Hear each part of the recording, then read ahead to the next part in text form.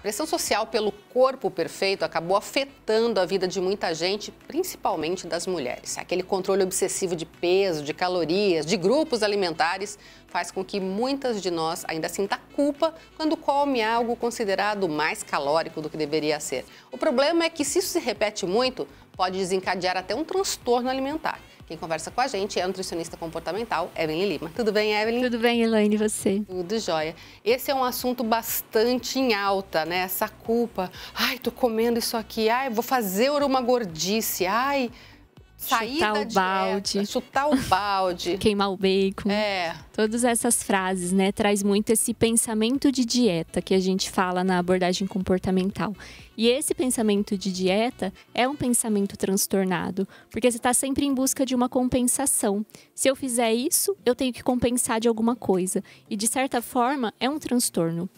A gente fala assim, né? Parece que nunca vou poder comer o que eu tenho vontade, né? Exatamente. E as coisas que a gente tem vontade são as coisas gostosas e as coisas que faz parte do nosso dia a dia. Então, a gente tem que aprender a naturalizar isso e equilibrar isso dentro de uma alimentação saudável.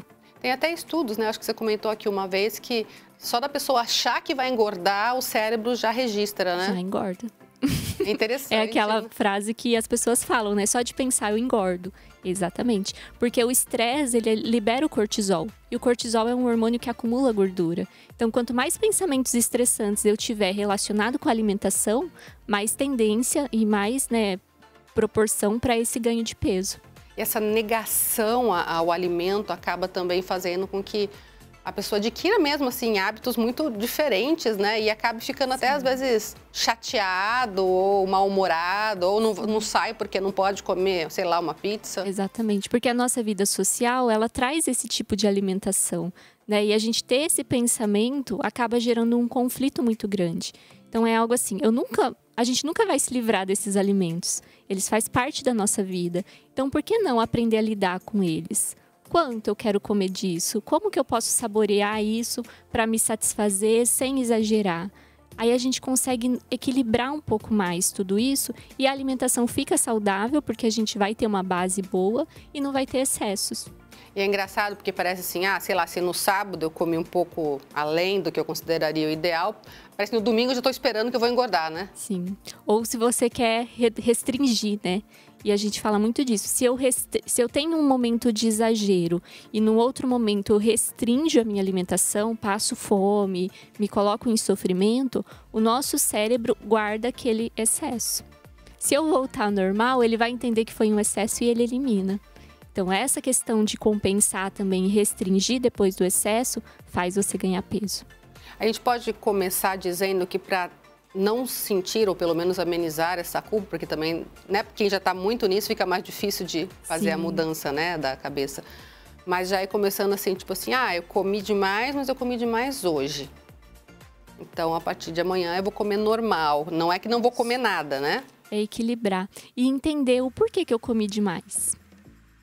O que faltou eu cuidar? Por que eu não consegui parar na saciedade?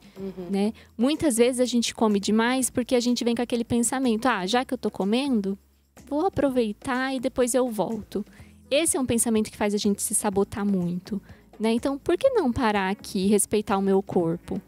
Já comi, tá gostoso, saboreei, outras oportunidades eu posso comer de novo, né? Porque senão sempre vou estar em sofrimento. Vou comer o máximo que eu puder hoje. Tanto no excesso quanto na privação, sempre vou estar sofrendo. E a gente vai encontrar o prazer verdadeiro no equilíbrio.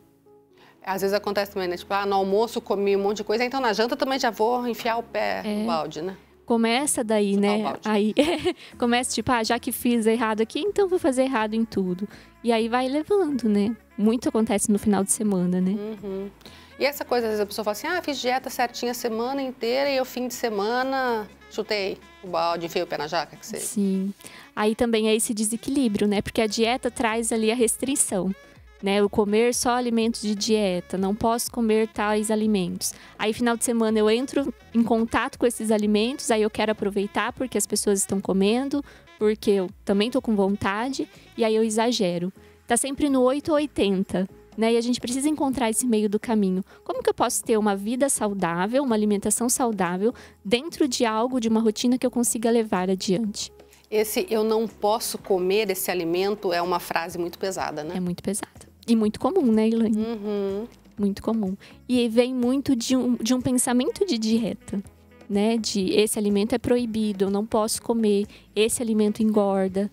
E isso faz a gente ficar preso. Só que quando a gente pensa no alimento, a gente pensa nele, né? A gente não pensa ali na proibição. Então, essa imagem que vem do alimento libera dopamina e libera a vontade de agir. E aí, consequentemente, uma hora que você estiver em contato com esse alimento, o impulso é muito grande e você vai consumir. Quando a gente fala, né, na nutrição comportamental que não se deve restringir nada, mas comer em pequenas quantidades. Às vezes é difícil da pessoa sair da onde ela está e reduzir de tudo, né? O que é o ideal? É ir reduzindo aos poucos? É, sei lá, se eu como 3 fatias de pizza, reduzir primeiro para 2, depois para 1. O que é a orientação, assim, só para o pessoal ter uma ideia? Começar aos pouquinhos mesmo, principalmente se a pessoa for fazer isso sem acompanhamento, né, mais sozinha. E eu acho que o principal é você começar a se conectar com a sua saciedade. Aonde que eu tô satisfeita, né? E não comer mais até ficar cheia. Ali você encontra bastante essa régua de até onde comer. Que é aquilo que você fala de sentir que ainda tem uma fomezinha, mas não precisa comer mais. Exatamente. É o momento que a fome passou, cabe mais comida, mas esse caber mais comida é onde enche, estufa e a pessoa daí sente aquele mal-estar. E para isso é comer com consciência, devagar. Mastigar bem, estar presente, saborear, lembrar que o prazer está no momento, na qualidade e não na quantidade.